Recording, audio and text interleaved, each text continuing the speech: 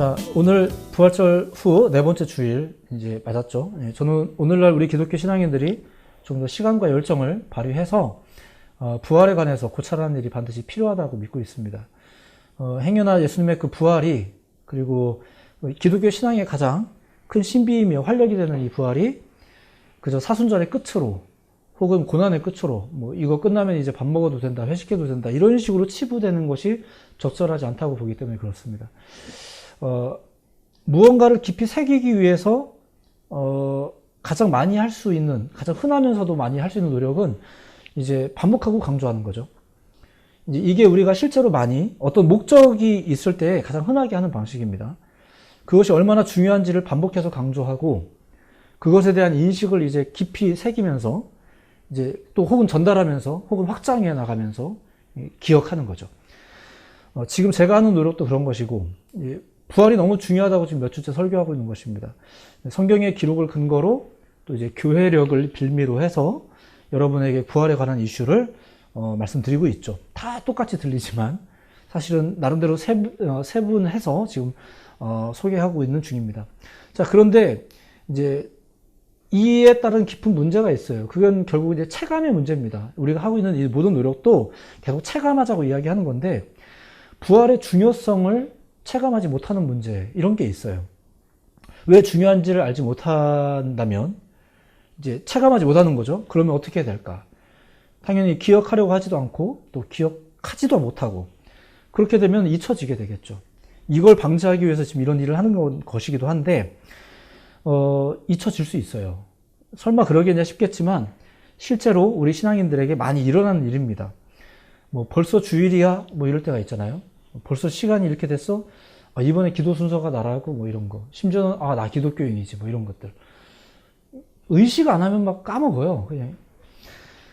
이렇게 오늘날 우리 신앙인들 역시 그 중요성을 안다라고 말은 하면서도 실제로는 자주 잊어버리는 일, 그런 일들이 있죠.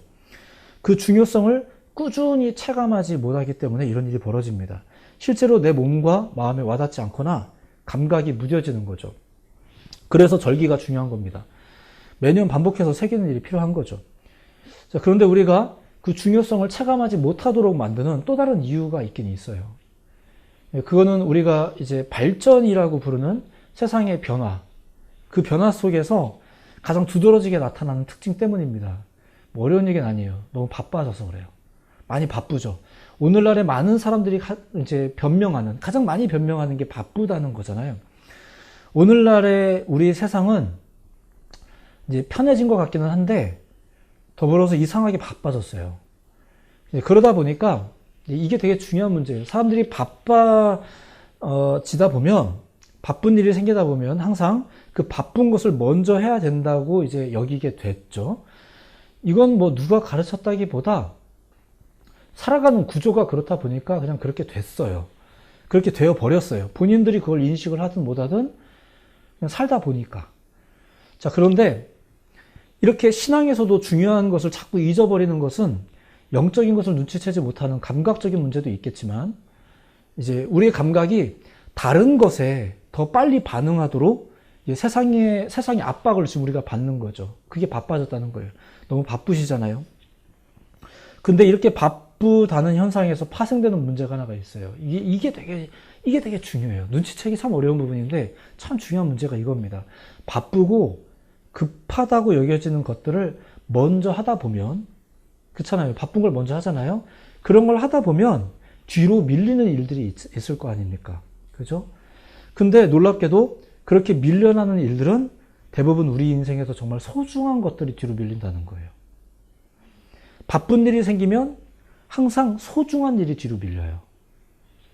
왜 그런지는 모르겠는데 이건 실제로 우리 인생에서 자주 확인되는 사실입니다.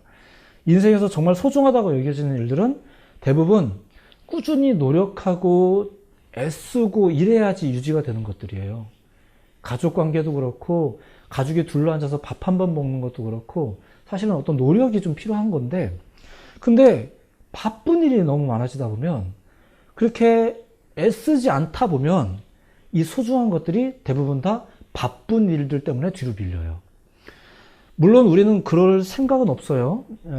그것이 소중하다는 것을 모르는 것도 아니고요. 근데 살다 보니까 그냥 사는 대로 살게 내버려 두면 거의 그렇게 돼요. 노력을 해야 돼요. 그러다가 정신이 들면 깨닫게 되는 거죠. 아, 소중한 것을 위해 바쁘게 산 게 아니라 바쁜 것 때문에 소중한 것을 놓쳤구나. 이런 걸 이제 깨닫게 되는 때가 있어요. 그게 나이를 먹어서든 뭐 진지한 삶의 고찰을 통해서든 어쨌거나 이거는 알려고만 하면 알 수 있는 그런 종류의 깨달음입니다. 자극하고 노력하면 된다는 거죠. 그래서 절기적인 교육이라는 것이 중요해요. 아, 맨날 이 얘기 또 하는 거야 싶더라도 계속해서 자극하고 노력하는 일들이 필요하다는 거죠. 이스라엘 백성들은 유월절을 지키려고 모이기만 하면 자녀들에게 이렇게 가르쳤어요. 야, 예전에 말이야 하나님이 우리 민족을 애굽에서 탈출시키셨어. 이걸 매년 듣는 거예요. 지겨울 수도 있었겠지만 이 아이들은 이걸 들으면서 우리 민족성과 우리의 신앙들을 유지해 나갔고 지켜나갔죠. 체감하며 살았다는 얘기예요. 한편 첫 신앙을 잃어버리거나 이전에 가졌던 열심을 잃어버린 신앙인들이 이제 가끔 이런 말씀을 하실 때가 있죠. 아, 나도 알아. 나도 예전엔 말이야. 뭐 이렇게 기도해야 되는 것도 알고 성경 봐야 되는 것도 알지. 자, 이거는 본인은 뭐 본인이 어쩔 수 없는 뭐 깊은 사정이 있었다고 말하고 싶은 거겠지만 결국은 지금 내가 다른 것에 집중하느라 그 소중한 것들을 뒤로 미루고 있다라는 증거예요. 부끄러운 증거죠. 그렇게 뒤로 미루다 보면 어떻게 된다고요? 점점 체감을 못하게 되죠. 그러니까 체감을 못해서 멀어졌든 아니면 멀어져서 점점 체감을 못하는 것이든 어쨌든 감각을 잃어버리게 돼요. 정말 소중한 것에 대한 기독교 신앙에서 정말 중요한 이슈들에 대해서 심지어 부활에 대해서도 잊어버려요. 물론 알아요. 뭐 물어보면 맨날 다 알아요 이렇게 말하니까 다 알아요. 하지만 체감하며 살지를 못하죠. 그나마 목사를 만나야 또 예배를 드려야 설교를 들어야 조금 뭐 체감이 되죠. 잔소리도 듣고 뭐 깨달아서 가슴이 뛰어도 보고 또 찬양하면서 뭐 신나도 보고 이러면서 지금 우리가 이 설교를 통해서 구하는 게 이제 그거예요. 조금 바쁘더라도 잊지 말아야 될 것이 있습니다. 그것이 부활입니다. 이런 얘기들.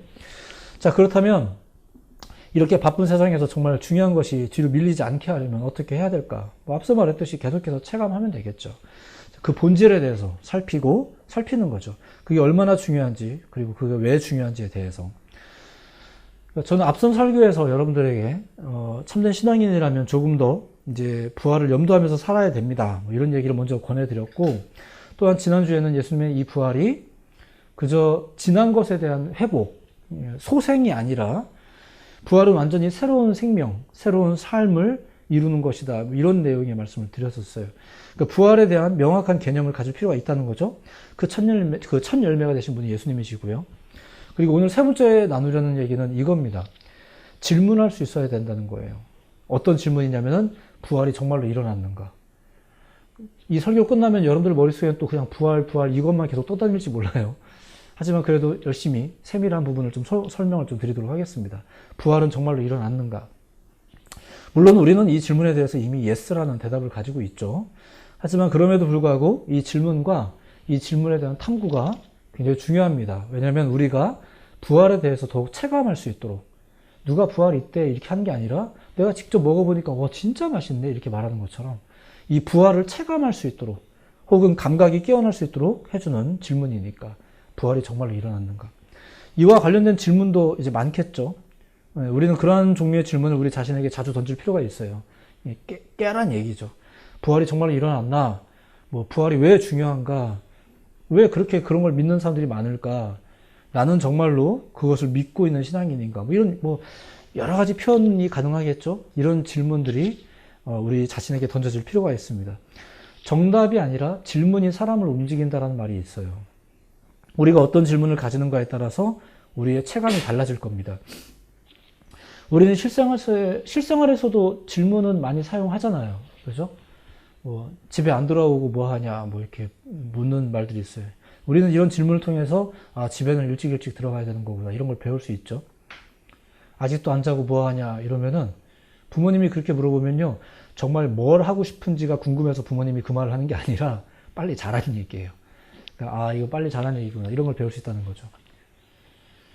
엄마 아빠가 나한테 해준 게 뭐가 있어 뭐 이렇게 말하는 자녀들이 가끔 있는데 이 말 들으면 부모님들은 아, 내가 뭐 해줬더라 이런 걸 생각 안 해요. 이제 자식 키워봐야 다 소용없구나 이런 생각을 하게 됩니다. 이제 그러니까 질문이라는 게 뭘 가르치는지를 잘 들으실 필요가 있어요. 그러니까 질문이 참 중요한 건데 여러분의 신앙 감각을 깨우기 위해서 중요한 질문이 필요한 질문이 있다는 거예요. 오늘은 이제 이 질문입니다. 부활은 정말로 일어났는가? 어쩌면 신앙인인 우리로서는 너무나 당연한 질문이기 때문에 평범하게 다뤄줄 수 있는 내용이죠. 근데 오히려 오히려 굳이 이런 질문을 왜 하나 싶기도 할 겁니다. 하지만 이 질문은 특별히 지금 이 질문 정말로 부활은 정말로 일어났는가? 이 질문은 오랜 역사에서부터 지금까지 기독교를 휘청거리게 만들 때도 사용되어졌고 혹은 지금 우리처럼 신앙인들의 영적인 견고함을 위해서도 사용되어졌던 질문이에요. 너무나 영향력 있는 질문이라는 거죠. 오히려 이런 질문이 없이 그냥 믿어 이렇게 하는 경우가 교회사 속에도 있었지만 어쨌거나 이런 질문 없이 그냥 지내다 보면 부활에 대한 확신 없이 그냥 지내다 보면 좀 이런 경우도 생겨요. 제가 이전에 어떤 교회에서 사역을 하던 중에 한 장로님께서 이렇게 말씀하셨다는 얘기를 전해 들은 적이 있어요. 나는 솔직히 영생이 있는지 모르겠어. 이런 말이 장로님의 입에서 나왔다는 것이 참 많이 놀라웠던 기억이 있습니다. 제가 직접 들은 얘기는 아니고 그것 때문에 깜짝 놀랐다고 이제 전해주신 분의 이야기가 있었는데 어떤 교회에서는 임종을 앞둔 한 노 권사님을 제가 신방했던 적이 있는데 그분은 이제 힘겹게 숨을 헐떡이시면서 젊은 전도사였던 제 손을 붙잡고 이렇게 말씀하셨어요. 전도사님 저 좀 살려주세요. 자, 그분의 상황을 놓고 본다면 너무나 안타깝죠. 너무 안타까운데 사실 그보다 더 큰 안타까움이 이제 제 안에 있었던 기억이 있습니다. 자, 부활이 진짜로 일어난 사건이라는 것을 그리고 진짜로 있다는 것을 믿지 못하면 신앙생활을 하면서도 이제 그리스도인이라고 말하면서도 가장 중요한 것을 놓치는 셈이 돼요.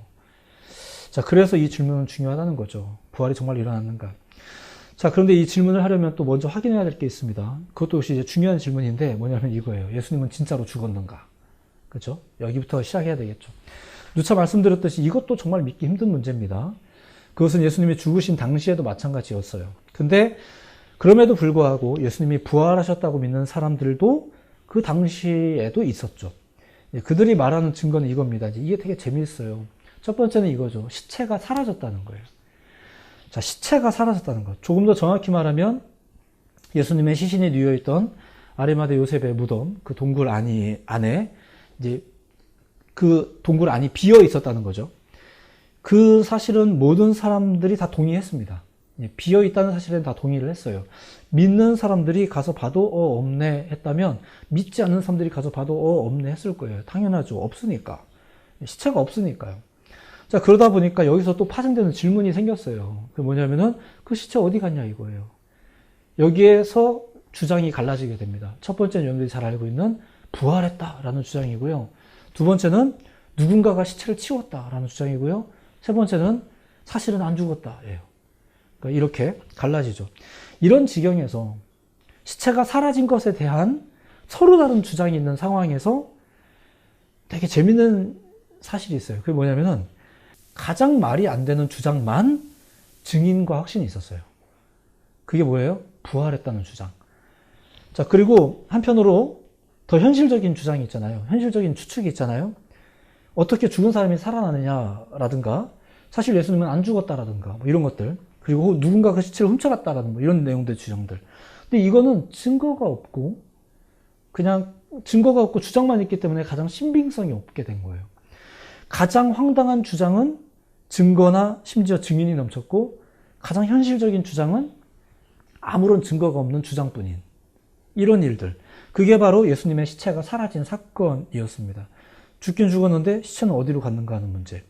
예수님이 죽었다는 사실에 대한 증거자들도 많아요. 여러분들 아시다시피 십자가형이 진행될 때 그 곁에 있었던 로마의 백부장도 직접 봤죠. 그가 봤어요. 그러니까 죽음을 지켜본 증거자가 명백히 존재하죠. 그걸 백부장만 또 봤겠습니까?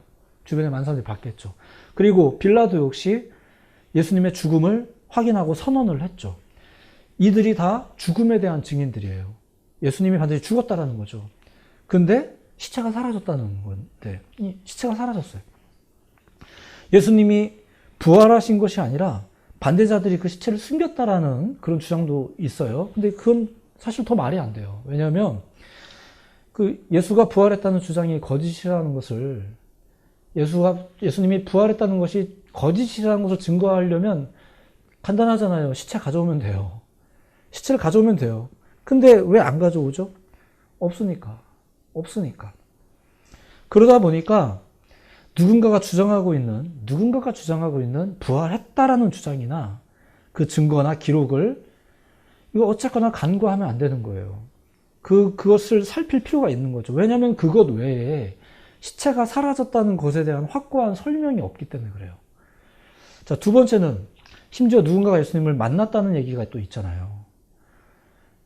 이것도 같은 맥락이에요. 예수님이 부활하지 않았다면, 혹은 시체만 없어졌다는 말이 사실이라면 그 예수님을 만나는 사람들은 없어야죠.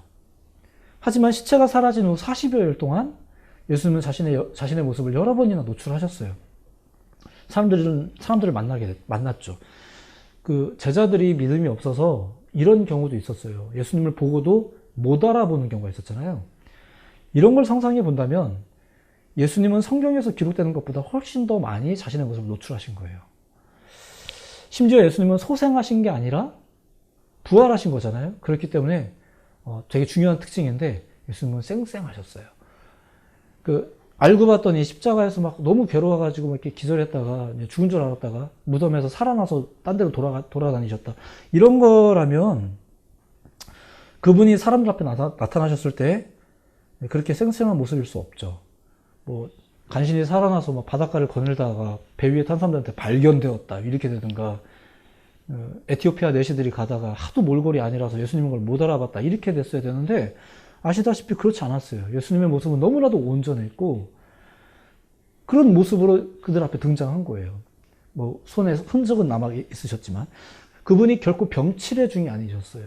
어렵게 막 간신히 살아나가지고 야, 나 살았어 이렇게 하신 게 아니더라는 거죠. 왜냐하면 소생이 아니라 부활이니까. 완전히 새롭고 온전한 모습으로 살아나신 거예요. 배는 좀 고프셨던 것 같아요. 성경의 기록에 따르면. 그렇다면 정말로 부활이 일어났는가 하는 질문에 대해서 우리가 이미 알고 있었지만 정말로 그것이 확실한 사건이었다면 이게 정말 대단한 사건인 거예요. 어떤 면에서 대단한 사건일까? 이게 되게 중요한 문제인데 우리가 이 부활을 자꾸 이렇게 고찰하는 이유가 있어요. 오늘 그 얘기 때문에 이렇게 또 한 번 더 고찰하는 건데 이게 정말로 어떤 면에서 대단하냐면은 이게 사실이라면 성경의 온갖 기록이 그리고 예수님이 하신 모든 말씀이 다 진짜인 거예요.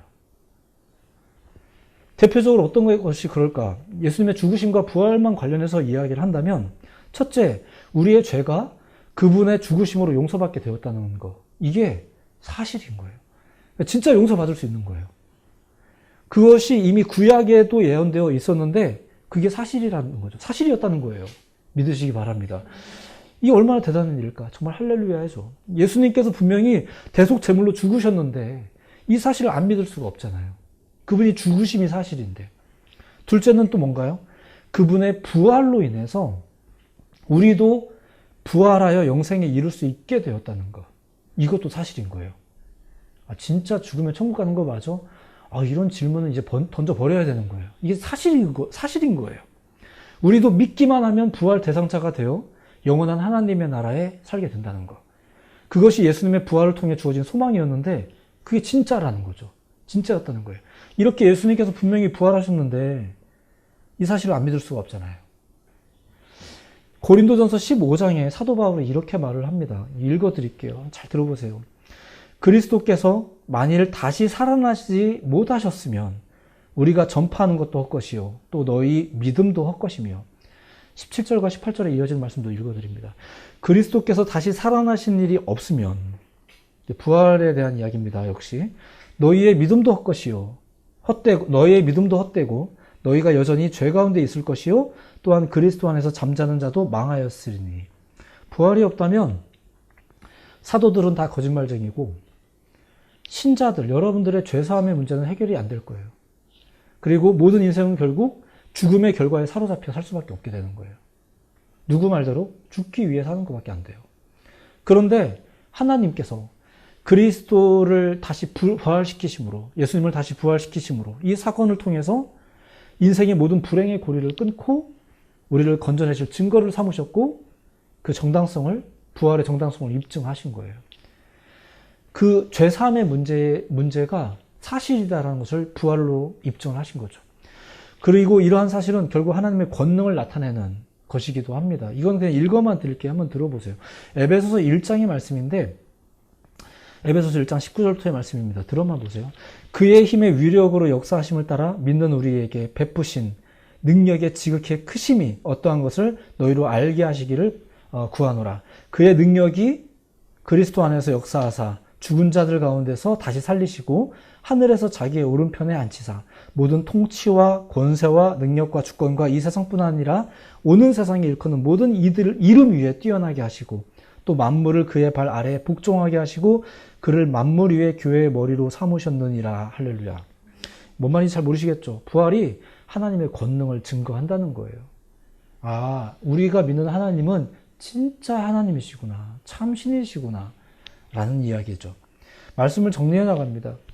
오늘 우리가 읽은 본문, 그 누가가 데오빌로에게 그 예수님의 생애와 관련된 이야기 이후 새로운 공동체 형성에 관한 이야기를 이제 시작하는 첫 부분이에요. 사도행전 1장을 읽으셨는데, 제가 이제 본문 해석을 해드리지는 않았지만, 이 이야기의 시작이 바로 부활이었다는 것을 이제 소개해드리고 싶은 거예요. 3절을 한번 보겠습니다. 이거 한번 같이 읽어볼게요.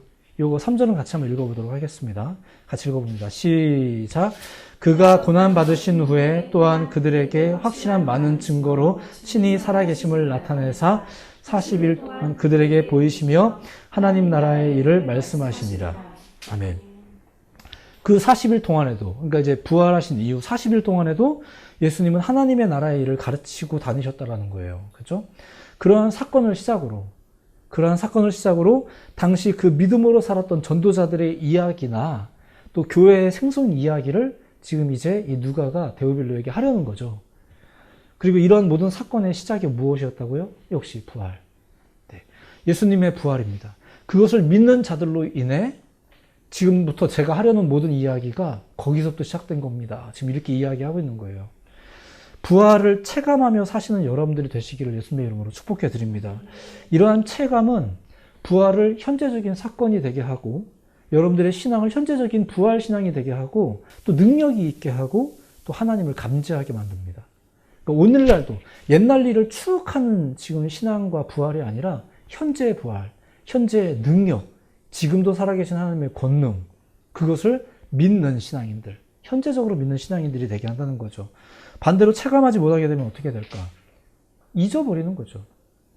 한 가지만 더 말씀드리면, 잊어버린다는 것은 그냥 깜빡했네, 봐주시겠지 뭐, 이렇게 되는 게 아니에요. 그냥 나의 상태, 나 원래 잘 까먹어, 이런 나의 상태를 말하는 게 아니라 상대방을 업신여기는 게 돼요. 하나님을 업신여기게 되는 거죠. 복음을 하찮은 것으로 만드는 거예요. 성경에 나와 있는 표현에 의하면 복음을 하찮게 여기는 일이 일어나는 거죠. 우리도 그러잖아요. 여러분들도 그렇지 않습니까? 나는 나름대로 애를 많이 썼는데 상대방이 몰라준다. 혹은 뭐 기억도 못한다. 서운하시지 않나요? 그렇죠. 잊어버린다는 게 그런 거예요. 서운하실지 몰라요. 서운하시죠. 그러니까 여러분들은 부활을 깜빡했네, 다음에 잘하지 뭐, 이렇게 해도 되고 안 해도 되고 이런 식으로 어떤 삶의 옵션처럼 생각을 하면 안 되는 문제입니다. 부활은 신앙의 옵션이 아닙니다. 신앙이 진정한 신앙이도록 하는 사건이 부활이에요. 그게 없으면 앞서 얘기했지만 평생을 교회에서 직분자로 살고 신앙인으로 살았으면서도 사망 앞에서, 죽음 앞에서 그렇게 휘청거리는 모습을 보이기도 하는 거죠. 영생에 대한 소망도 없고, 부활신앙을 가지시는 여러분들 모두가 되기를 다시 한번 예수님의 이름으로 축복해 드립니다. 부활은 여러분들의 신앙을 진정한 신앙이게 할 겁니다. 그리고 또한 부활은 여러분을 진정한 여러분이 되게 할 거예요. 이것을 믿고 살아가시는 여러분들 모두가 되기를 예수님의 이름으로 축복해 드립니다. 기도하겠습니다.